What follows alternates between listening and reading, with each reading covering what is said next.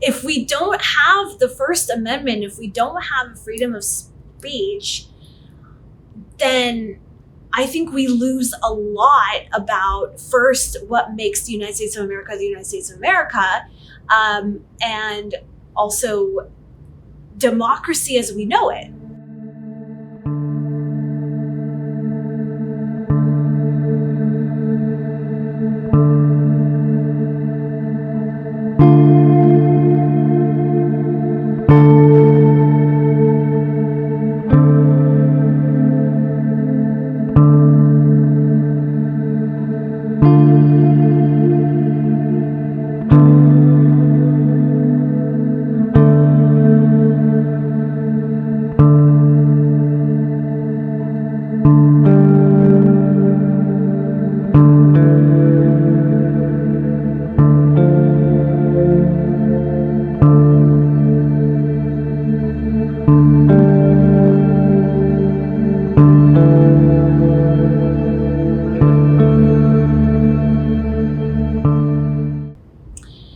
I am Tamar Shirinian, and I am speaking as a private citizen. I was a tenure track assistant professor at the University of Tennessee. So I'd like to start out just by asking you about your experience at the university generally. When did you start? What did you teach? And what are your areas of specialty? Yeah, I started teaching at UT in 2019. I was a postdoctoral teaching fellow, and that was a 2-year position. I was then offered by the university a tenure track position for 2021 as a target of opportunity hire, because the department didn't want to lose me. The chair of my department at the time put in a bid to hire me on a tenure track. And so I got to stay. And since I was at UT, I taught courses in cultural anthropology. Many of my courses were on gender and sexuality, feminist anthropology, queer anthropology. With some of that in mind, especially over as you were teaching for several years, how would you describe what it's like to work for UT in terms of academic freedom and teaching these subjects in the classroom prior to your comment made about Charlie Kirk? I very much enjoyed working at UT, and I had a lot of faith in the institution, as well as the university's administration, in protecting academic freedom and free speech.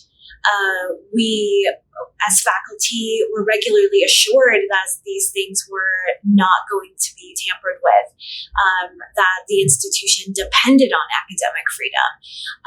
And this was assured especially to those of us who were teaching material in the social sciences, as well as the humanities, because a lot of the material that we teach that's based on peer-reviewed fact and evidence and peer-reviewed publications on disciplinary values that we have in our specific disciplines, and things that we as social scientists and humanities scholars agree on across the board, that those things have become things that some of the public, as well as some politicians, don't like.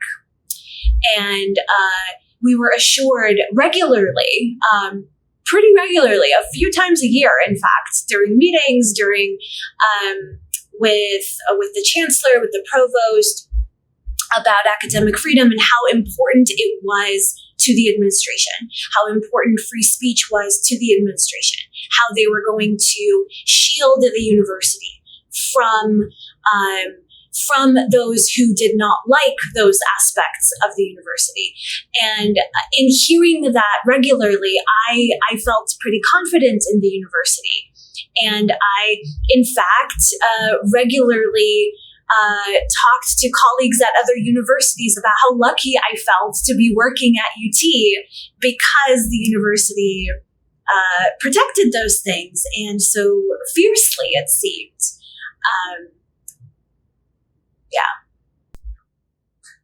You mentioned that within your academic journey at UT, that you were hired into a position on the tenure track to eventually reach tenure.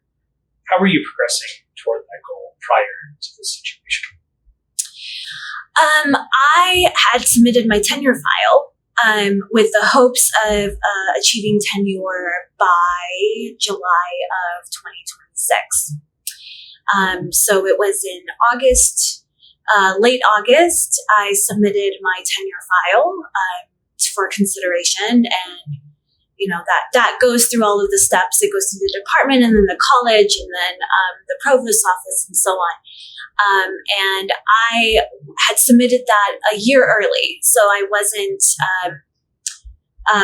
to have submitted on time would have meant to submit a year later. I submitted a year early because my department had felt confident that I had already accomplished all of the things required for tenure.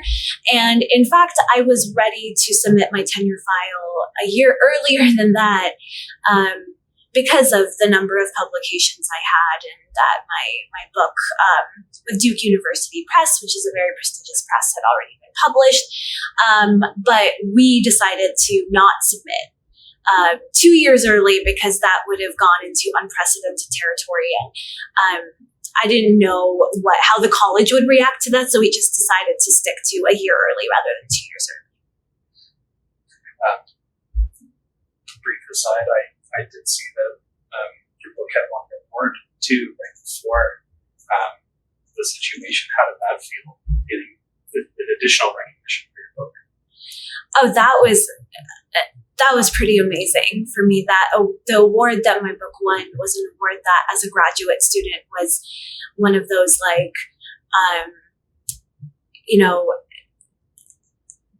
every book that won that award was one that I made sure to read, and I had high regards for that award. I never thought that my book would win it, so I felt very honored to receive the Ruth Benedict Award. And this came about a week before all of the events at UT happened against me.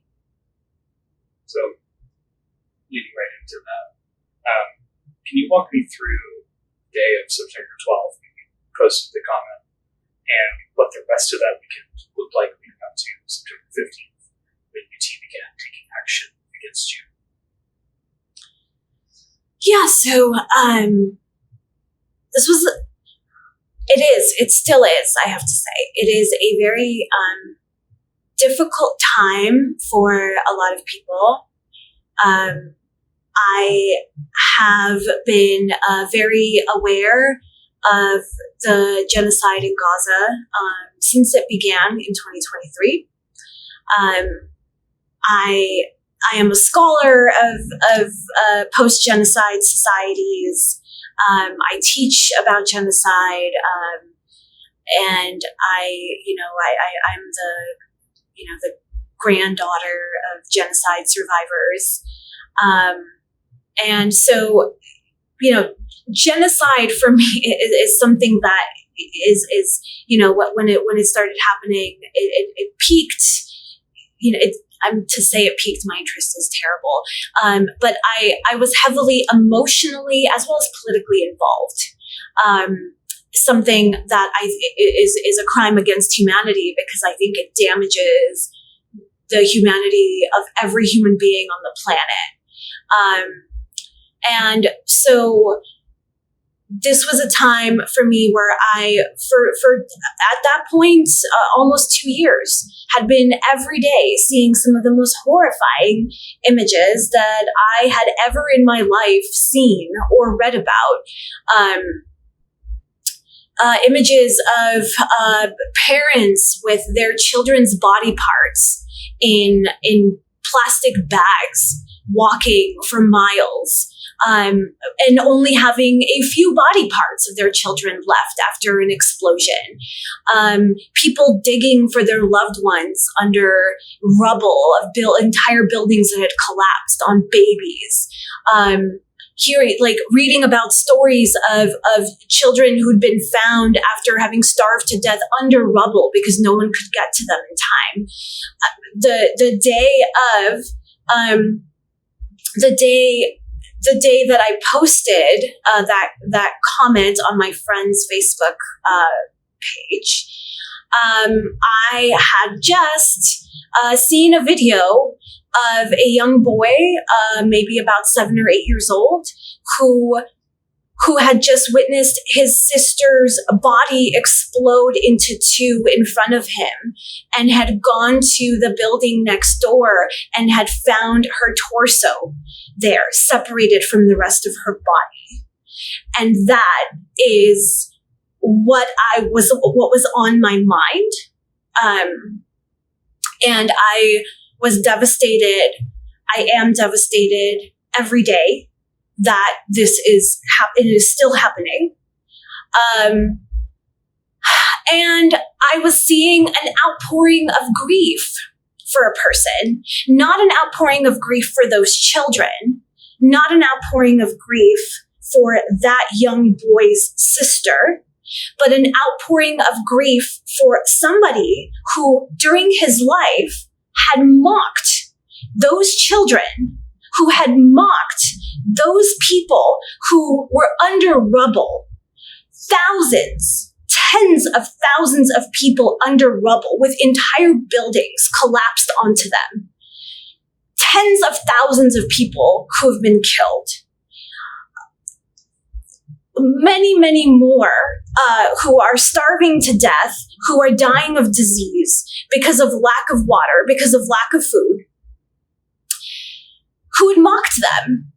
And I was seeing in those 2 days, Charlie Kirk died on September 10th. And in those 2 days, there was an outpouring of grief that I had not witnessed for people who had been killed and people whom he had laughed at and mocked for years. And I was in a state of grief, a state of, I was angry.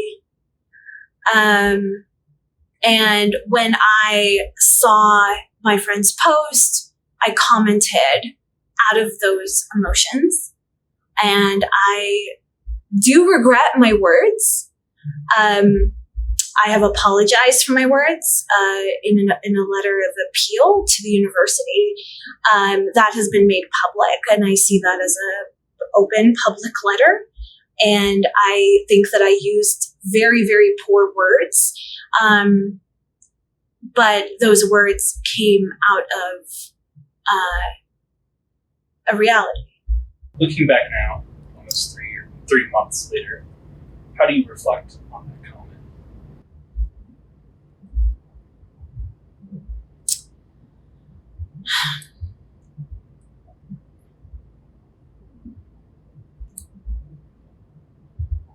I regret having posted that. These were words that I never intended them to become the public face of me. That is not characteristic of me as a person. I think my friends, people with whom my colleagues, my students, can attest to the fact that that is not characteristic of me. It was a moment of extreme emotion for me. But it was 3 lines that I wrote at a moment in my life, in my private capacity as a citizen, on a private Facebook post, on a private Facebook page from my own private Facebook page. And I it's not that those are not the words that I would want to represent me. I have better words. I have better ways of articulating myself. I've written a book. I've written many articles. I know how to express ideas in ways that could be more persuasive. But those were the words that came out on that particular evening or night that now are out there, right? And I don't think anyone would ever want that. I don't want that for myself. That is not the way that I express myself regularly. So after you post the comment, what was the first sign that it was reaching far wider, or that it was reaching far wider than you expected? And what steps did you take as administrators began to respond? On that Sunday afternoon, which was on the 14th, I guess, I had taken my child to the park. And while I was at the park, my phone started getting all kinds of messages, Facebook messages from strangers, people who I was not friends with. And I had a couple of public posts on my Facebook page.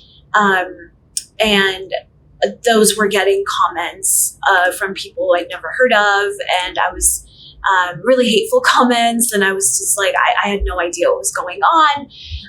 And so I was very confused about what was going on. I started looking up some of these people who were commenting or who had been sending me messages. The comment that I made on Facebook was not accessible to anybody who was not a friend of my friend whose post I commented on. That comment was screenshotted and circulated beyond the private space in which it was posted. I would, and I think this is important to a previous question that you asked about, how I reflect on my comment. While I do regret the words that I used, I also know that I would never say such a thing in a public capacity, right? I was very much behaving, although not very well and not very nicely, but in a very private space where only my friends, and not even my friends, right? Just my friends' would have seen that comment. But because it was screenshotted, it was distributed far and wide, and by people with a lot of access to followers, as well as people with a lot of interest in spreading it far and wide. But that day, on that Sunday, I was with my kid, and I had no idea what was going on, and it was really scary. Where it was just a Sunday afternoon, and I realized, like, within half an hour of receiving so many emails and messages and of the sort, that I was being targeted. And I didn't know why I was being targeted yet, until I saw an email that had the screenshot in it, along with my profile, my faculty profile page from the university. And that was gotten from an ex personality, Robbie Starbuck, who had shared a screenshot of my post, as well as the my faculty profile page, and asking why is a queer anthropologist working at UT and all of this stuff. And so I didn't even know that until the next day. I was very scared. My partner told me to just stop thinking about it. Don't look it up. Don't look at things. Just stop reading your email. And I was, I was in the middle of a semester. I couldn't just stop reading email. I was also receiving emails from students asking about assignments and all of this. And so I kept having to, of course, check my email and seeing, emails that I was receiving. I was aware that some of those emails were also had administration copied onto them. And the following morning, I contacted the head of my department to ask what I should do, because the emails had not stopped all night. And I, wanted to make them stop. And I removed my faculty profile page. I removed myself from the university directory so that my email was not as public. And then I also talked to the dean of my department. In any case, I had no idea that I was going to be terminated. I didn't know that or that termination proceedings were going to begin against me, that I was going to be placed on administrative leave until it happened, which was around 1 p.m. And that's when I found out that all of this meant that the university was going to take action. I didn't think that they were going to.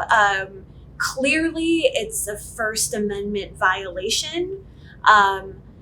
Even though, people in the public might not like my words and might not agree with them, even though politicians, congressmen, senators might not like what I have to say, it is still my right to say it. And I should certainly not be placed on administrative leave from a public university, which is a major violation of my First Amendment right. But that was violated. So here we are. Just want to make sure I do get it on the record as well. Could you explain a little bit about the privacy and public settings of Facebook, that platform in which the comment was made? You mentioned it was like on a friend's private Facebook post. Just kind of make sure we understand how that works. Yeah, so a few things about that. So I was posting a comment as a private citizen because my Facebook page is my Facebook page, my private Facebook page, that has nothing to do with the University of Tennessee, nothing to do with my role what was my role as a faculty member there. And so my comment was done in a private capacity as a private citizen.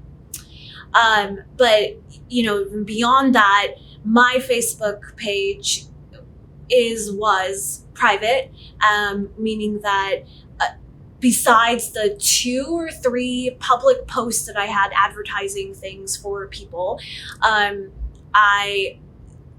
none of my comments, none of my posts were visible to anybody who I had not myself added as a friend on Facebook.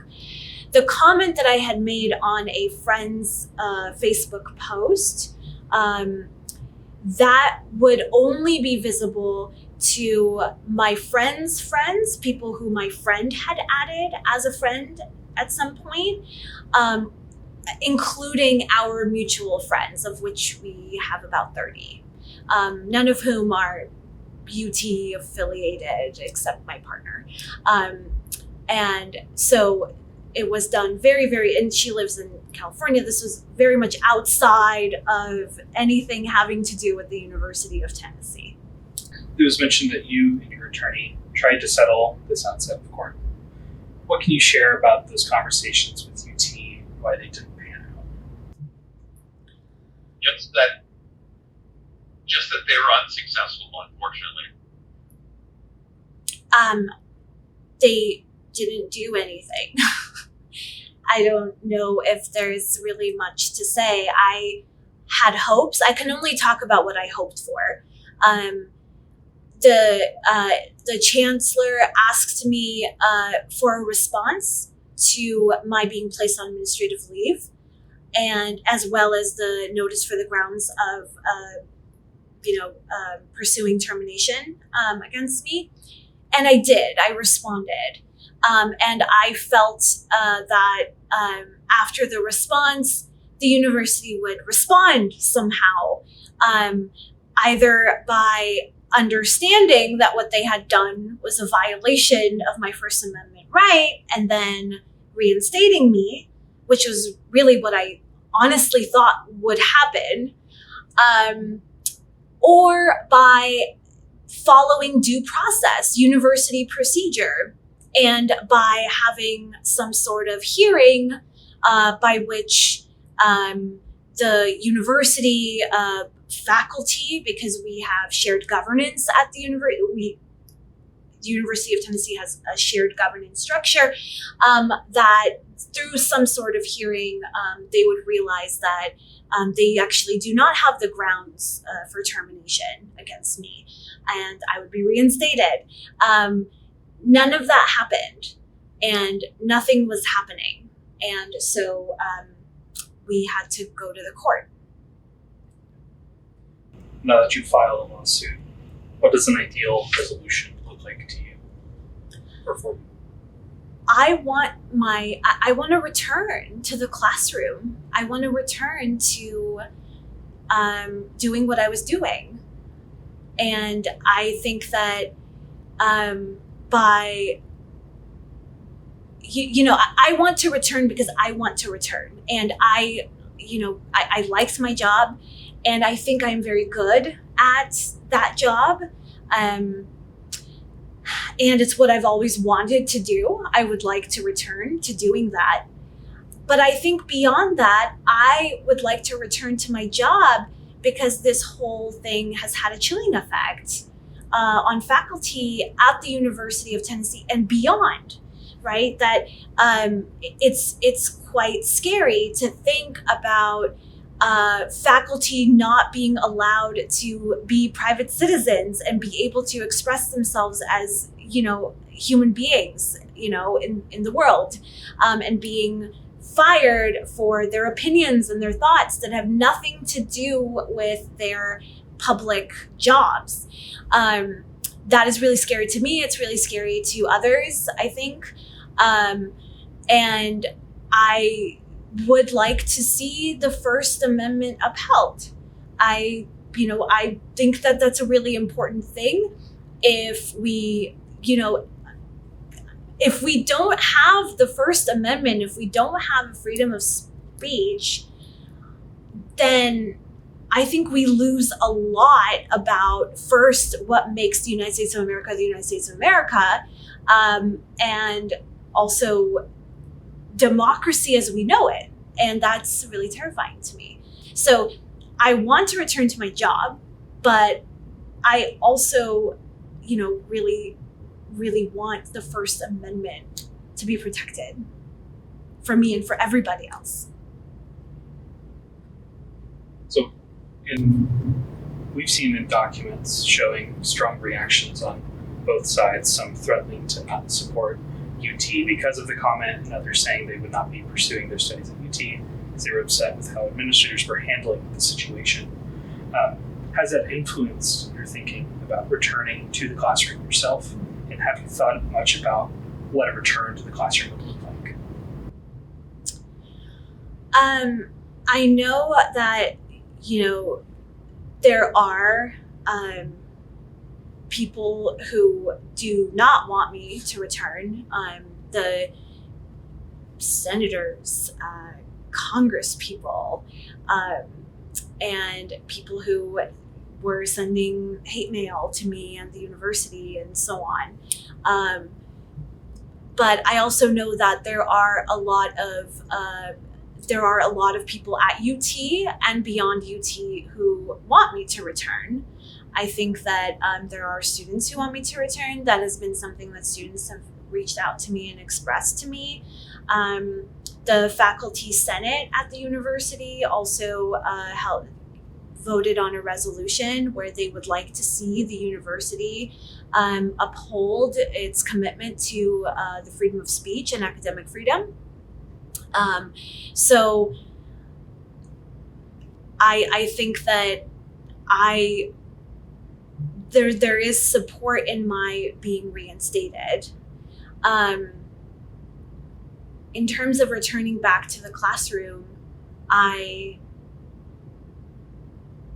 would love to be in the classroom again. I don't know what else to say about that. And I think there are students who would be very happy to see me return back to the classroom. Have you heard from any of your former students since the situation has unfolded? I have received messages from students, yes. What have they? Are you able to share anything about what they've said, or? I'll just say that I've received a lot of support from undergraduate students, some of whom were taking my classes at the time that all of this happened, some of whom I had taught in classes previous to this, some of whom had wanted to take classes with me but didn't get a chance to, from graduate students who I was advising, graduate students who I was not advising, but who were just students at the university, who are also all terrified by the university's reaction and violation of the First Amendment. You also mentioned the chilling effect on faculty members, and we've seen that in different ways with how they've been able to speak either in public or private regarding this situation and other concerns at the university. What's your view right now on academic and freedom of speech, whether that's at UT or at other universities where similar situations have unfolded as well? Academic freedom at a university is the only way to actually have universities do what universities are supposed to do, which is exchange freely ideas, knowledge, information, data, analysis, and our entire world depends on experts being able to research and publish and teach. And I think that the curtailing of academic freedom and the curtailing of free speech for faculty at institutions of higher education doesn't just seriously compromise democracy, but also seriously compromises the functioning of the world. Faculty at universities need the freedom to be able to explore ideas and to exchange ideas in order to have expertise, as well as in order to be able to transfer that expertise onto students, to train students so that they can be members of the world as well as experts in the future. And by curtailing any faculty member's right to be able to do that, we harm democracy. We harm the ability of people to actually be able to make the world a better place by studying it and understanding it. So my next question is a two-parter. What has surprised you the most about this situation? And then subsequently, what has been the toughest part about this situation? I was frankly very shocked by the university's actions against me. They don't make sense to me. I don't understand how they could possibly justify terminating a faculty member for expressing her own private opinions in her own private life. I am surprised that even after my appeal, that they didn't reinstate me, that they had the chance of making it right and they didn't. I'm especially surprised in the context of the way in which the university has protected the freedom of speech of other faculty, especially faculty who have posted on social media very, very reckless and dangerous things that I, don't feel that I did. What I said was very hurtful. What I said was cruel, perhaps.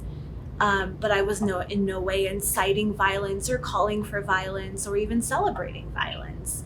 And there has been a faculty member at the University of Tennessee who has done those things, and there was no disciplinary action against him. And so it's quite shocking to me that the university has decided to move in this direction with me, and that also shows inconsistency, institutional inconsistency, which is actually also very surprising, shocking. The hardest part about this for me has been first the losing out on the semester with my students. I was teaching 2 classes when all of this happened, and I very much enjoyed teaching both of those classes. One of them was a new class for me, one that I hadn't taught before, and students were very engaged in it. It was very exciting for me to teach that class, and not being able to do that anymore, and losing all of the work that I had done up until then, and losing the chance to continue what we were doing in the classroom together. And also the uncertainty, not knowing,